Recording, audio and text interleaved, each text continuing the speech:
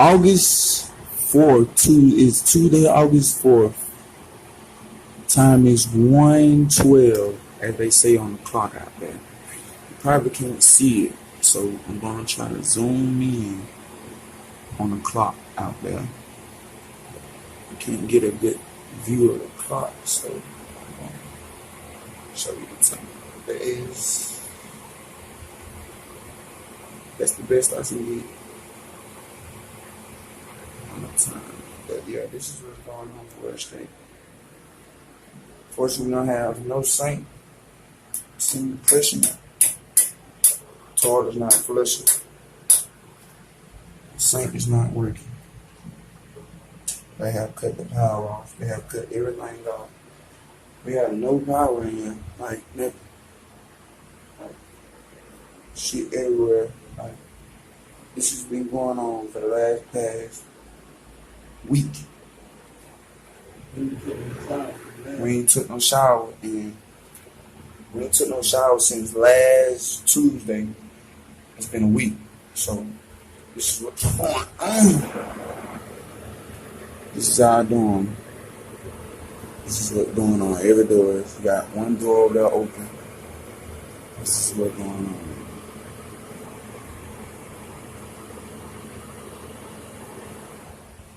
We haven't took no showers or nothing yet. Toilet messed up. See how room is. This is what they feed us. This is what they give us. They give us, which is a fucking peanut butter and cheese with no water. Like no water. Don't have no type of water. We get one scoop of water. We get one scoop of ice a day, and if we might get that. So this is how we living in Ware State Prison. Yes, we are on lockdown right now, being because of the riot. The reason why the riot popped, because of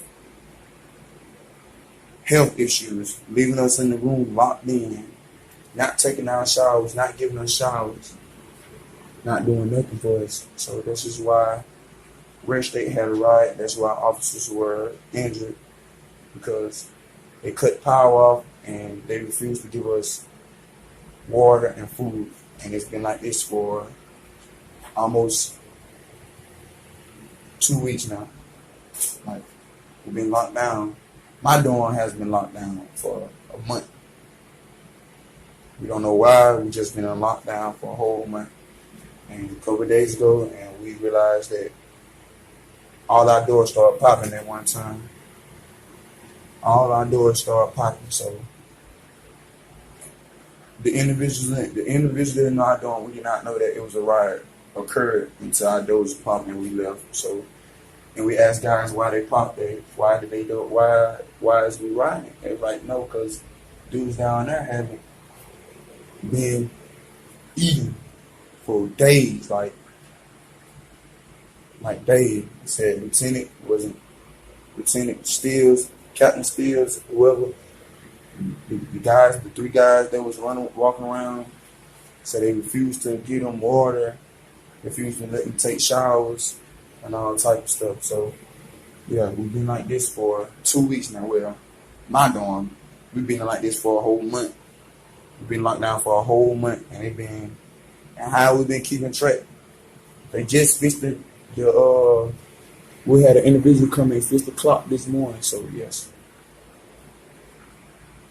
how we've been keeping up with time and how long we've been locked down. We've been locked down for 4 store days every Monday. Every Monday we go to the store.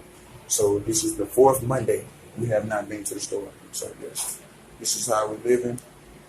This is what's going on at Ware State Prison. I can't turn on the mic. Okay. But I'm gonna show you that again. See, here's the toilet. Toilet's not working. Sink is not working. There's no water coming out, like at all. I will pull the latch back, like ain't no water. Let me go back. Ain't no water. There's no water. We press the panic button. They'll have no, like, it's just a panic button. I can yell help. Officer! Officer! I need help! Officer! I need help! We have no response.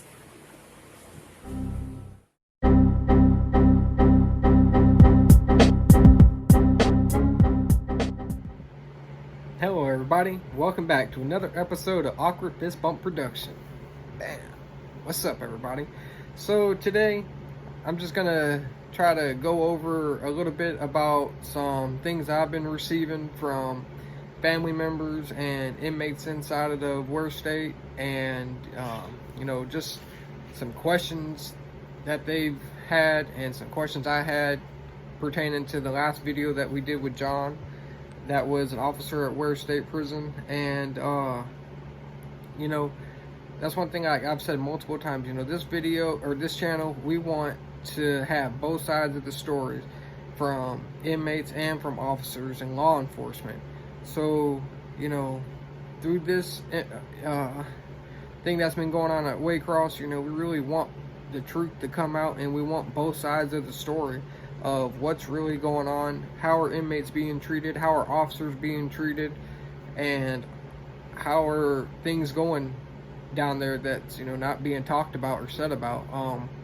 Another video just came out that was released from an inmate inside the prison, and it was on the news, and it talked, he showed that there's no running water, and that they're getting fed pack outs, just a sandwich, a peanut butter jelly sandwich or a meat sandwich, and that's most of their meals, and things like that. So, and I actually have spoke with somebody, and he said that since the riot happened, they had only had 2 meals that were hot meals, a tray, and this whole week they've been getting just pack outs every meal, and that's disgusting. That is, yes, they're getting fed, but they're not getting fed all the nutrition they're supposed to be getting. And and those pack outs are disgusting. I'm telling you, the bread's close to being outdated, and the meat's probably close to being outdated. So it's definitely not healthy for them, especially to eat constantly over and over again.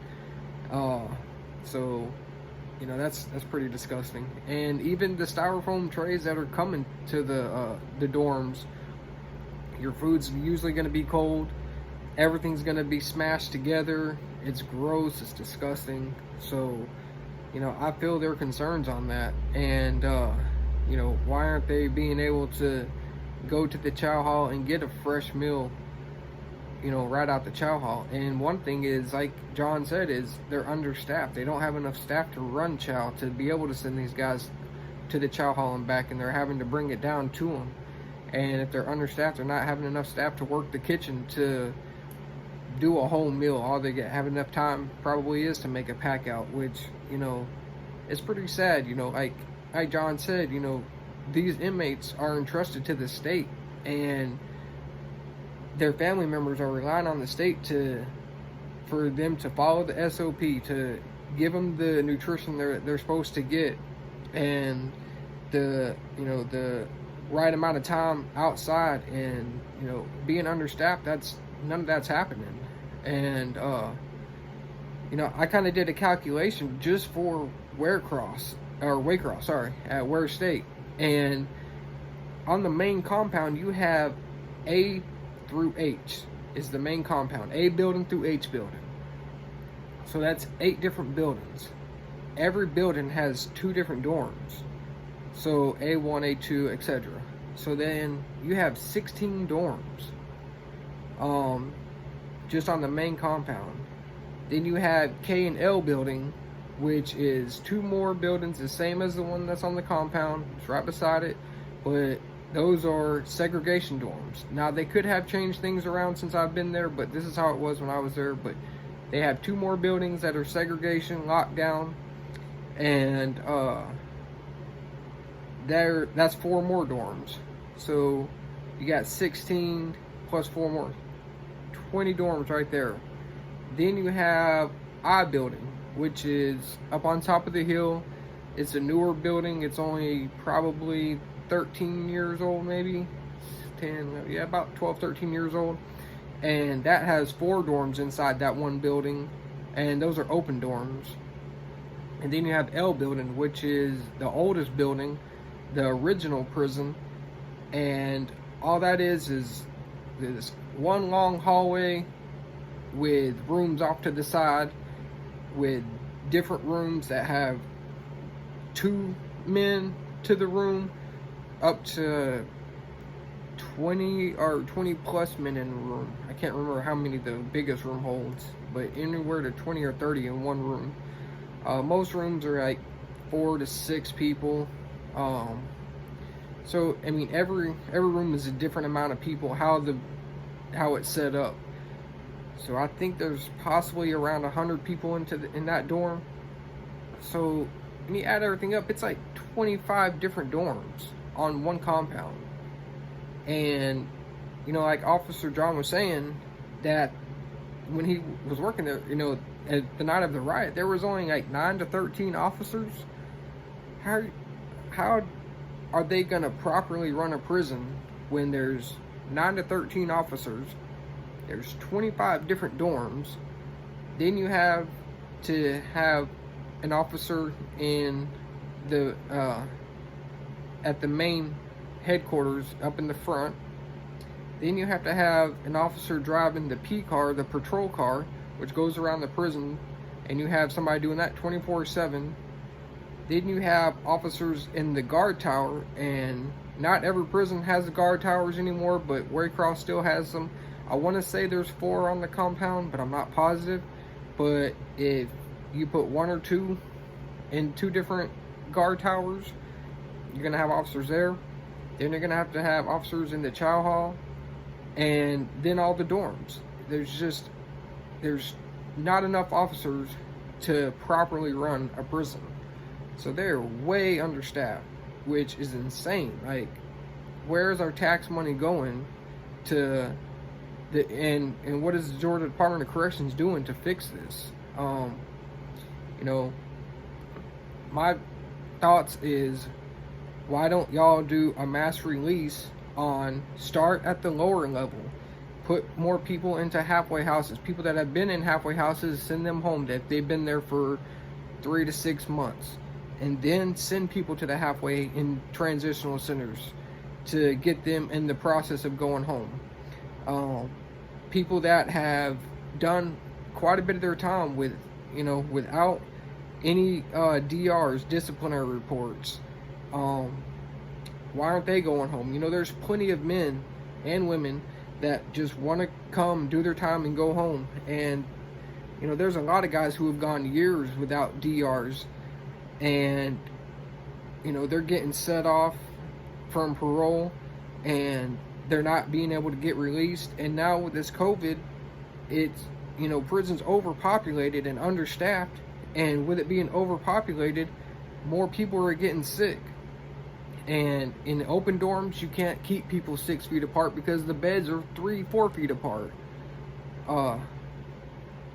You know, and then if you have a cell and you're locking people into a cell, then there's 2 people in an 8x10 side by side for 24 hours a day. And you know, I just recently talked to somebody in one prison, and there's like 32 outbreaks confirmed, and they're still waiting on tests to come back.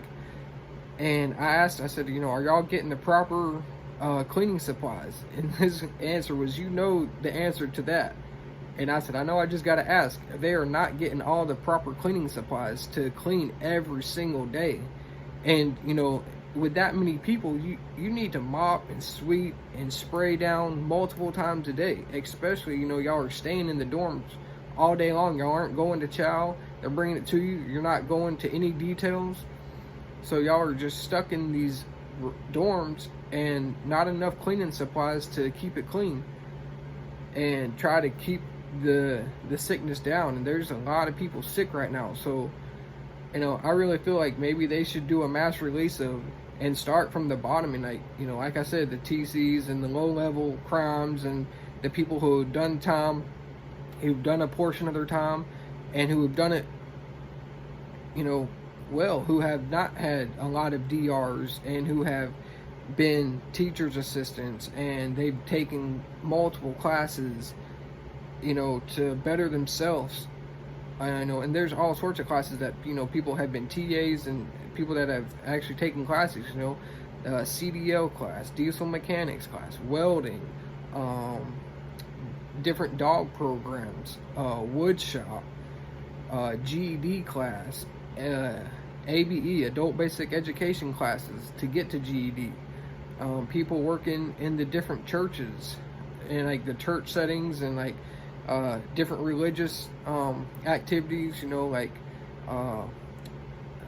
Muslim services and Catholic services, people who have helped organize those, and people who have worked for horticulture and masonry. There's a lot of people that have done good while they're doing time, and why can't we let some of these people go that are not a huge risk to the society? I think that would really help out the Department of Corrections if they did a mass release and cut down on the amount of people that's in prison, and then rebuilt their numbers for officers and train them better and longer. And I think that might be able to be a way to help everything out. I don't know. Y'all leave comments and let me know. Am I wrong? Am I right? Is there a better way we can do it? I don't know. And another thing is that Officer John was saying was they were taking the SOP books out, standard operation procedures that the officers are supposed to go by, and the inmates have a rule book that they're supposed to follow, and the officers have a rule book given to them by the state they're supposed to follow. And at his prison, I can't speak on every prison, but at his prison, they took him out of the officer's booth, so they're not even able to sit there and study them and go over them and follow those guidelines, or they're not even being taught how to follow them because they're not there. And they're training them to just do it however one person says, and they're not following the SOP, so just go along with whatever you're told by somebody higher than you. And that's ridiculous. And if you have, I want to know, as inmates and families of inmates, do we have the rights to the SOPs? Can our families copy the SOP book somewhere, or get a copy of it and send it to people inside the prison so that they know when they're being mistreated and not being mistreated? Because sometimes we don't know what the SOP rules are, so sometimes we feel that we're getting mistreated and we're not, and sometimes we are getting mistreated and don't know exactly what the rules are. So if anybody knows like the exact link of where to get a copy of that, please let me know. And if you have a family member in there, look it up and try to find it. Let's see if we can get this back into the prisons and to people that are in there, so that they know exactly what is required of the officers to that they're supposed to follow. So I think that's a big thing, that if the Department of Corrections wants the inmates to follow the directions of them, then the officers need to follow the directions, and the Department of Corrections needs to give them all that they need to keep running a prison safely, So, I just don't understand how you expect us and expect inmates to follow the rules, but y'all aren't following the rules either. If y'all are taking the SOP books out and teaching your officers different from what it says, just to make it easier on you, I think that on both sides we need to be following the rules and keeping each other held accountable. Let's see. Okay, so another question I had is like, some dorms are cells, 2-man cells, and then some dorms on prisons are open dorms. So, you have no walls, you have no privacy, everybody's bunks are right beside each other, and, there's no getting away from that. And when you lock them down, you're basically only locking them down to the dorm, they just don't go to chow or go to any education or any details. Everything's brought to them, and that's how you lock down an open dorm. But if you're locking down a building with cells in it and keeping these people in there because of quarantining because somebody got COVID, why can't y'all just treat that like an open dorm? Still lock them down at the required time at night. I think it's 10 during the week and 1 during the weekends.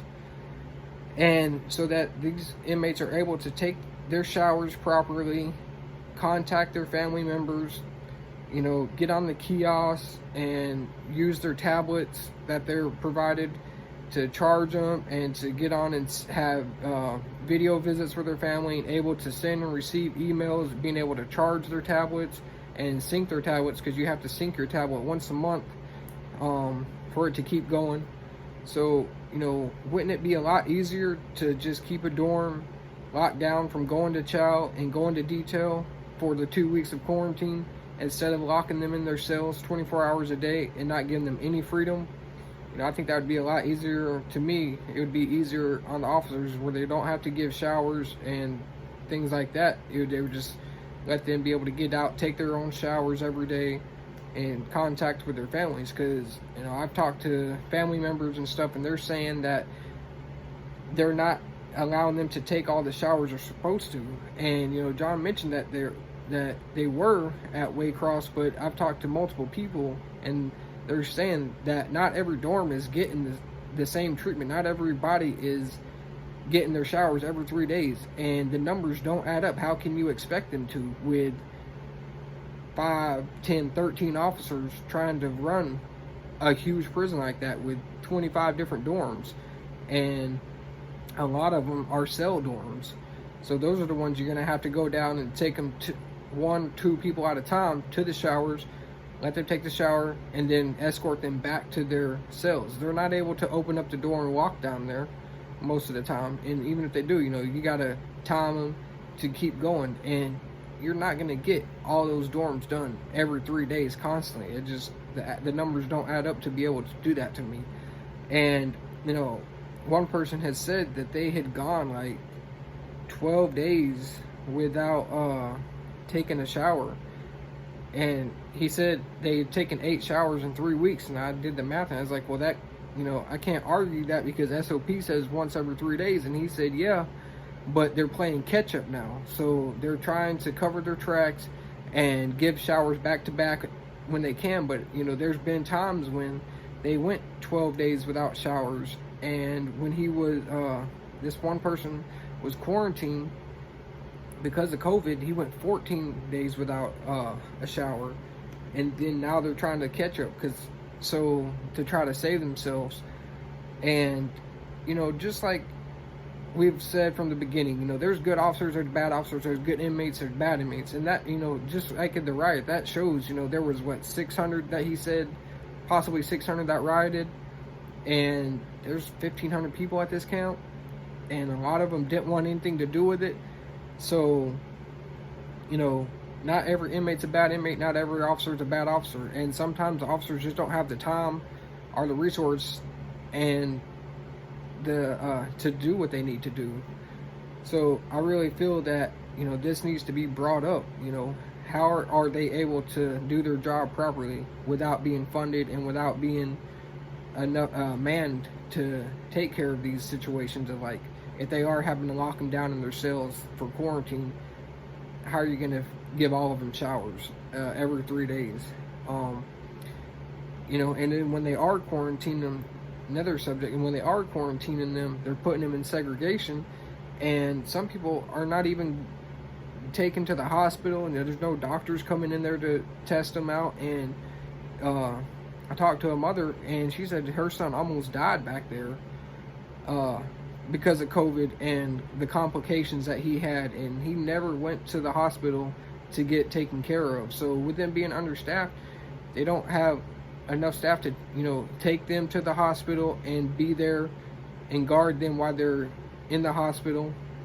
So if you do have a family member or loved ones that's in there, I definitely say contact the state, contact the governor's office, contact human resources, and I think that something needs to be done across the board on both sides. And how can we make this a better place for inmates to live and officers to work? There's so much that we could talk about, and I'm pretty sure I'm missing a whole bunch of stuff.